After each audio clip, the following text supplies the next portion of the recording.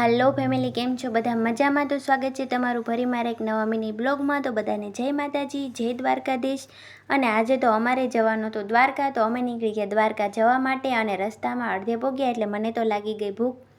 તો પછી મેં કરી લીધો નાસ્તો અને સંજુને પણ કીધું કે તમે પણ નાસ્તો કરી લો, કેમ કે દ્વારકા હજી દૂર છે. પછી બંનેએ કરી લીધો નાસ્તો અને આપણો રથ તો આ બાજુ જો ચાલુ ને ચાલુ હતો, કેમ કે આપણે તો ભાઈ દ્વારકા પહોંચવાનું છે ને, તો એમ થોડું હાલ છે કાંઈ. અને પછી અમે પહોંચી ગયા દ્વારકા. અને દ્વારકાની બજારમાં થોડીવાર આટા માર્યા અને પછી અમે રાખી લીધી હતી અહીંયા રૂમ. અને પછી અમે સવારમાં જવાના હતા દ્વારકાધીશના દર્શન કરવા માટે. તો પછી અમે સવારમાં 4 વાગ્યામાં ઉઠીને અમે પહોંચી ગયા હતા દ્વારકાધીશના દર્શન માટે. લાઇનમાં ઊભું રહેવું પડે, કેમ કે દ્વારકા કહેવાય, અહીંયા તો એકદમ વારો આવવાનો નથી. તો પછી ફાઇનલી અમે પહોંચી ગયા હતા લાઇનમાં. તમે જોઈ શકો છો, કેમ કે અમે 4 જણા હતા, બધા લાઇનમાં ઊભા રહી ગયા હતા.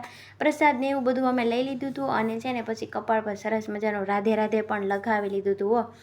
અને ધીરે ધીરે પછી અમે આગળ વધતા ગયા દ્વારકાધીશના દર્શન માટે. અને આ લોકો બેઠા છે તો મને થોડી વાર એવું થયું કે માગવા બેઠા છે, પણ પછી ખબર પડી કે આ લોકો આપણા ચપ્પલનું ધ્યાન રાખવા બેઠા છે. આપણે તેમને પૈસા દઈને આપણા ચપ્પલનું ધ્યાન રાખે છે.